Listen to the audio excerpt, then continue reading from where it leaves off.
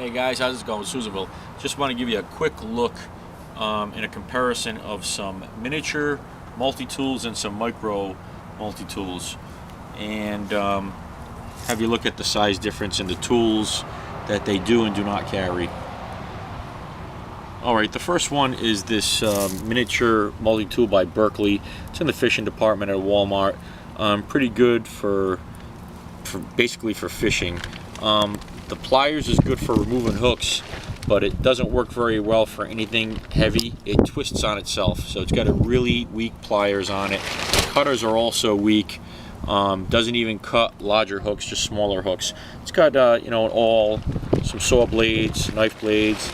The scissors works reasonably well, but not really that happy with it. This is a Cobalt miniature multi-tool that comes in one of those combos that I purchased.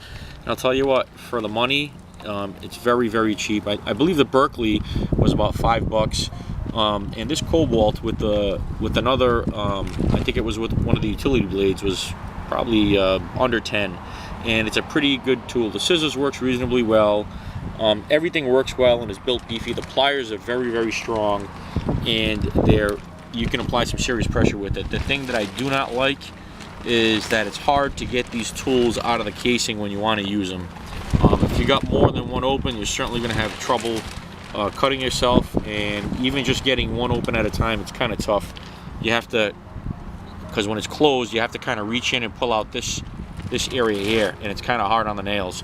So decent tool for the money, very strong, but a pain to open. This one here is an Appalachian Trail. This comes in a kit with a large and a small multi-tool. This thing, for the money, is a really nice blade. All the cutting tools work well. The file works well. The pliers is very strong. The saw works well, and it's spring-loaded. The Cobalt one was also spring-loaded, and the Berkeley was not. But the Appalachian Trail, this particular blade, I'm a little surprised. Works really well. I don't have any complaints. It's not too heavy, and it works well. So I thought it was a great find for the money. The Gerber dime. This is a really sweet micro mini tool. It's geared more for a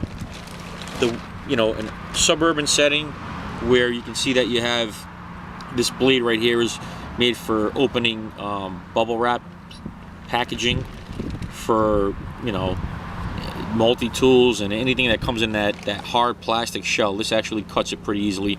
Obviously, you can turn it sideways, and you might be able to use that tool as a little bit of an awl on leather if you need it. Cutting edge for other different things. You could probably use this as a screwdriver tip.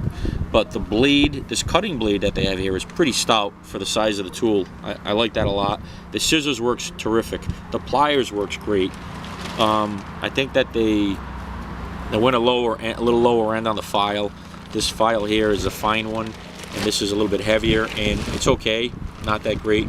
They did put a tweezers in the handle, and that's something that the PS4 doesn't have.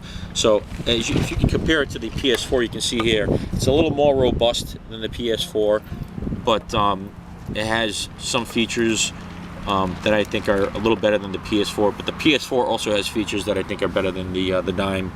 On the PS4, you've seen a million reviews on this. The file is awesome. It's got a fine and coarse grain, and very, very strong. The pliers are pretty strong for what they are. The blade is okay, but I think that the Gerber put a heavier duty and stouter blade on theirs. There's no tweezers on it, but the fine tipped flat screwdriver seems to be a little more fine-tuned than the one on the Gerber. So they're very comparable. They're pretty neat. The price on the Gerber was it's $20 is the regular price. On the Leatherman squirt, I'll tell you what, I don't recall offhand. I think it was a little bit more though. So they all serve their function. Just wanted to give you a quick look at them. What I'll do now is just show you what they look like folded up next to each other, so that you can get a comparison on size. This squirt is just a really nice piece. As you can see on this one, it's set for, you know, use backpacking, but it also has the bottle opener, which stays exposed for quick access, which kind of lends itself nicely to, you know, suburbs, not just the woods. You've got the packaging opener here, so again, more suburban and urban use. There's the size difference. They're pretty comparable. The Gerber is just a little bigger and a little more robust.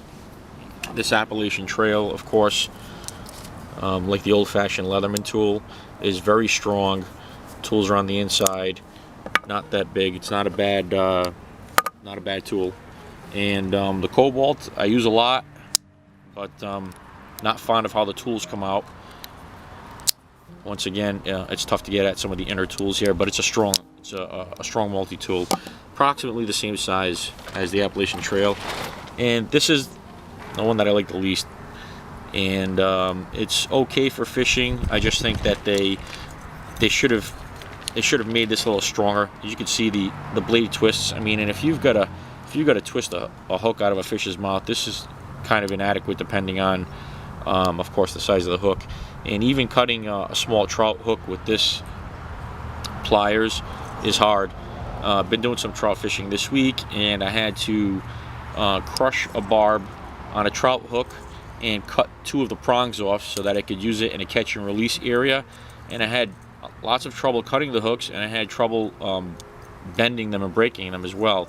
So not something that I would want to trust on the trail, but I guess for light duty fishing and light work on the trail, it's another option. And it's kind of just a little bit bigger, probably, or similar size to the Gerber dime.